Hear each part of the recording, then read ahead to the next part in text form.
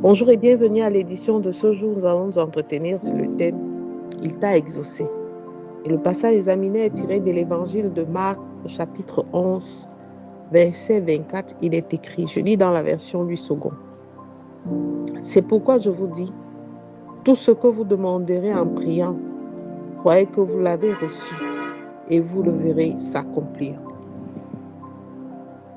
La plupart du temps, lorsque nous prions, nous demandons, Seigneur, quand est-ce que tu vas agir? Parce que nous sommes pris sur le coup des manifestations rapides de la puissance de la présence de Dieu. La parole de Dieu nous enseigne une autre dimension de foi. Croire que Dieu a déjà commencé à agir avant même que nos yeux ne voient le résultat. L'exaucement ne commence pas toujours lorsque la réponse devient visible. Il commence dans le spirituel, dans les dispositions de cœur. Et alors, Dieu fait matérialiser par la suite la promesse. Ce que Dieu a décidé de faire, aucune circonstance ne peut l'empêcher. Dieu peut avoir déjà répondu. Mais si tu ne vois encore rien, si tu es toujours dans la posture du questionnement, de l'angoisse, de l'inquiétude, tu auras du mal à voir se manifester ses promesses. C'est pourquoi il dit dans sa parole, Jésus-Christ disait, « Croyez que vous l'avez reçu. Tout ce que vous demanderez en priant, croyez que vous l'avez reçu. » Alors, il ne dit pas « croyez que vous le recevrez », mais croyez que vous l'avez déjà reçu. Il parle d'une foi qui considère la promesse acquise. Alors, l'absence de manifestation n'est pas nécessairement l'absence d'exaucement. Rappelez-vous du cas de Daniel.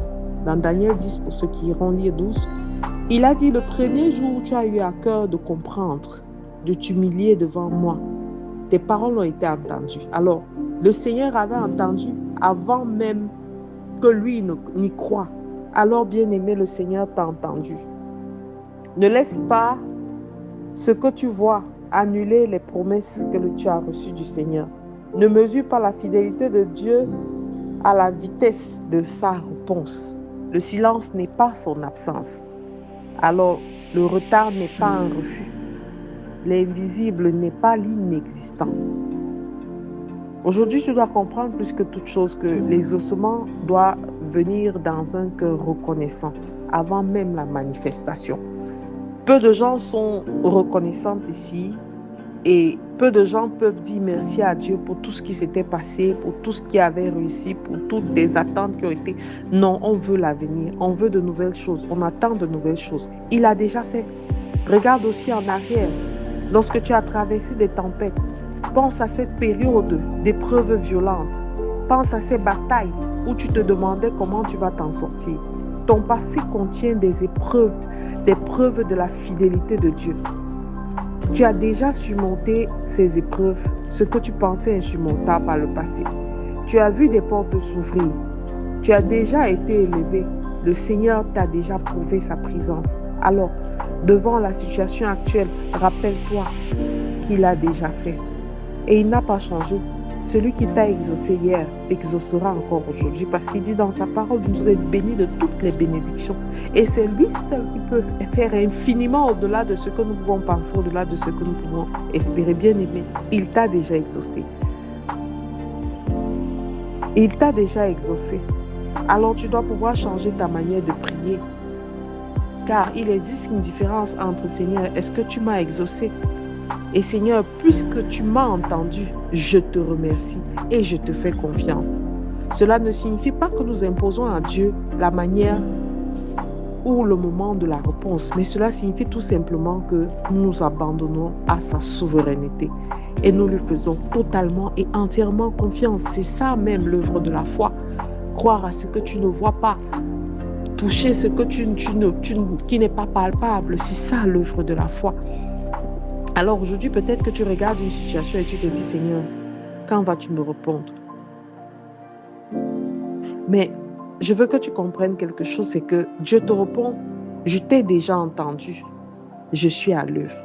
Même si tu ne comprends pas encore le processus, tu dois lui faire confiance.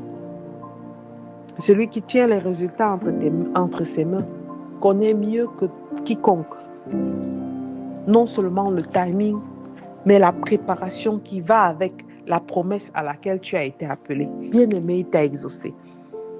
Alors, parce que tu gardes la foi et parce que tu gardes cette phrase ou cette reconnaissance de la présence de Dieu, tu réussis à continuer à t'accrocher, à communier avec lui. Tu réussis à continuer à dire Seigneur, merci, parce que tu es tout pour moi. Il serait trop facile de dire qu'on croit en Dieu parce que tout va bien. Non. C'est lorsque les choses ne vont même pas bien qu'on commence à chercher des moyens ou on commence à chercher à établir une relation avec Dieu. Mais plus que tout, le Seigneur ne veut pas être un Père qui pourvoit seulement, qui exauce seulement. Il veut être celui-là avec qui nous nous approchons, à qui nous pouvons dire bonjour le soir et bonne nuit, à qui nous pouvons dire je suis fatigué, prends le relais, parce que Jésus a dit prenez, déposez sur moi votre fardeau.